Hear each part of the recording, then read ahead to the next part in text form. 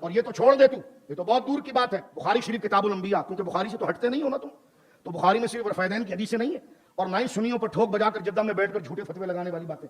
اب آپ دیکھیے بخاری شریف میں حدیث موجود ہے، رسول کریم صلی اللہ علیہ وسلم نے اپنے زندگی مبارکہ کا آخری غزوہ، سرکار کے 27 غزوات ہیں تفصیلاً، 27 جنگیں ہیں، رسول کریم صلی اللہ علیہ وسلم کا آخری غزوہ وہ غزوہ تبوک تھا، رومن امپائر رومیوں کے ساتھ تھا، سرکار مدینے سے نکل کر گئے، تبوک کے مقام پر حضور نے 22 دن ان کا انتظار کیا، لیکن ان کی ہمت نہیں ہوئی کہ وہ دمشق سے باہر نکل کر مسلمانوں کو مقابلہ کر سکے، 22 دن تک حضور وہاں پر رہے، سرکار 22 دن کے بعد وہاں سے لوٹے، لوٹ کر جب آئے تو قوم سمود کے علاقوں کے قریب سے حضور پہنچے، جب وہاں پہنچے تو رات کا وقت ہوا، 35,000 صحابہ کرام تھے، بخاری شریف کی حدیث کتاب الانبیاء، 35,000 صحابہ کرام تھے، سرکار دو عالم نے فرمایا کہ کھانے کا انتظام کرو، اور آپ کو پتا ہے کہ قوم سمود حضرت صالح علیہ السلام کی قوم تھی، ان کا قصور کیا تھا، ایک تو وہ شرک و کفر کرتے تھے، اور پھر اللہ نے جب معجزہ ظاہر کیا اونٹنی کا، اس قوم نے کہا کہ جناب ہم اللہ کو مان لیں گے اور اے صالح علیہ السلام ہم آپ کو بھی تسلیم کریں گے، لیکن ہماری شرط ہے اگر آپ وہ شرط پوری کر دیں ہماری تو ہم بات مان لیں گے۔ فرمایا کیا شرط ہے؟ انہوں نے کہا یہ جو پکا مضبوط پہاڑ چٹیل پتھر ہے، چٹان ہے، کہاں کہ یہ پھٹ جائے،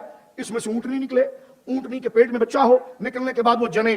کتنا عجیب سا سوال تھا، لیکن حضرت صالح نے فرمایا اگر ایسا واقعی میں ہو جائے تو تم شرک چھوڑ دو گے؟ انہوں نے کہا چھوڑ دیں گے۔ آپ نے دعا فرمائی اور چٹان پھٹی، چٹان پھٹنے کے ساتھ اس سے اونٹنی باہر آئی، یہ مکی صورتوں کے اندر ہر جگہ موجود ہے میرے دوستوں، اونٹنی باہر آئی، پیٹ میں بچہ تھا، اونٹنی نے بچے کو جل دیا، اب اس اونٹنی کا نام ہو گیا ناقۃ اللہ، اللہ کی اونٹنی۔ اب اللہ بیٹھنے سے تو پاک ہے لیکن ناقۃ اللہ کیا مطلب کہ اللہ کی شان اس سے پہچانی گئی، جیسے ولی اللہ کی شان ان سے پہچانی گئی۔ ناقۃ اللہ، آپ کہیں یہ کار میری ہے لیکن میں چلاتا نہیں، تو اگلا ہنسے گا، جب نہیں ہے تو پھر اپنی کیوں کہتے ہو؟ تو ناقہ بھی تو کار اور گاڑی اور وہیکل ہے نا، سواری ہے، لیکن اللہ کہہ رہا ہے ناقۃ اللہ، اللہ کی اونٹنی، اونٹنی بمانا سواری، تو اللہ تو بیٹھنے سے پاک ہے، پھر اس کو اپنی اونٹنی کیوں کہتا ہے؟ فرمایا بیٹھنے کے لیے نہیں، یہ عظمت و شان کے اظہار کے لیے، یہی ترکیب اولیاء اللہ کے اندر۔ اب سنیے میرے دوستوں بزرگوں، قوم نے کیا کیا؟ اب وہ اونٹنی جو تھی نا وہ سارا پانی کنویں کا پی جاتی تھی، اس پر قوم بگڑ گئی۔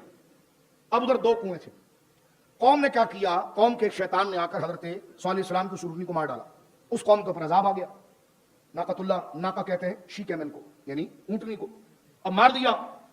اب اس واقعے کو ذہن میں رکھ کر آگے چلیے کہ سرکار دو عالم صلی اللہ علیہ وسلم اس وادی کے قریب سے گزرے ہیں جہاں کئی 100 سال پہلے یہ واقعہ ہو گیا تھا، 35,000 صحابہ تھے حضور کے ساتھ صلی اللہ علیہ وسلم۔ سرکار دو عالم صلی اللہ علیہ وسلم نے اس مقام پر رک کر صحابہ کو کہا کہ آرام کر لو، سستا لو، خیمے لگا لو، کھانے کا انتظام کرو۔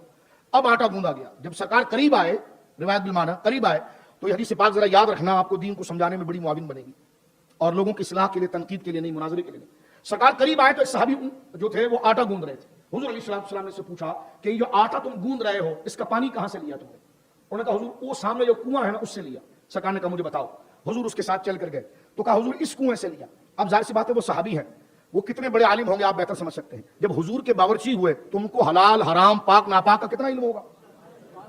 یہ تو بات آپ چھوڑ دیجئے کہ پانی ناپاک تھا تو انہوں نے لے کے سے لیا، ٹھیک ہے، یہ چھوڑ دیجئے کہ پانی میں نجاست تھی، وہ تو سرکار کے صحابی ہیں، کوئی عام آدمی تھوڑی روٹی بنا رہا ہے، اور سرکار دو عالم کے صحابہ کی جو روٹی بنائے گا کہ اس کو اتنے مسئلے بھی یاد نہیں جتنا آج بچے کو یاد ہے، تو یہ تو سب پتا تھا، ظاہری ایسی کوئی علامت نہیں تھی کہ پانی کو ناپاک کہا جائے یا غلط کہا جائے۔ سرکار نے فرمایا اچھا تم نے آٹا جو گوندا ہے وہ اس کنویں کا پانی لیا ہے؟ کہا حضور ہاں اس کنویں کا۔ حضور نے فرمایا سارا آٹا اٹھا کر پھینک دو۔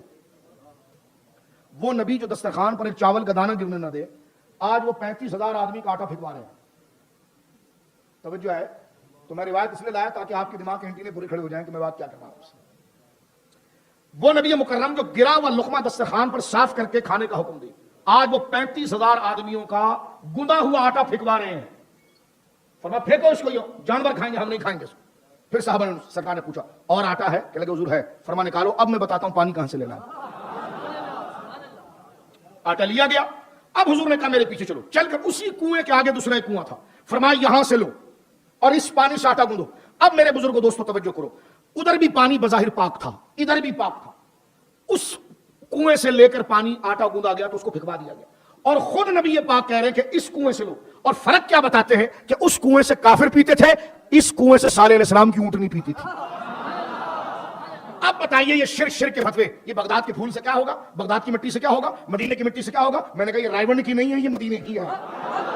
یہ ہوگا. اگر آپ ہمارا منہ کھلوانا چاہتے ہیں تو ہم پوچھنا چاہتے ہیں یہ نجد کے اس گندے پلیت علاقے کی نہیں ہے, یہ مدینہ منورہ کی ہے. نسبت پانی ادھر بھی پانی تھا, ادھر بھی پانی تھا, اس پانی کے آٹے کو پھینکوا دیا, نسبت کافر سے تھی. یہاں کے پانی کو حضور نے خود قبول کیا, نسبت نبی کے جانور کی تھی. نبی کا جانور کے منہ جس پانی میں لگ جائے وہ پانی برکت والا ہو جائے, تو نبی اور ولیوں کا قدم اور مبارک نسبت ہو جائے تو وہ کتنا برکت والا. ایسے ہی شرک کے فتوے لگاتے ہیں آپ. یہ حدیث پاک کتنے مسئلوں کو حل کرتی ہے آپ دیکھیں.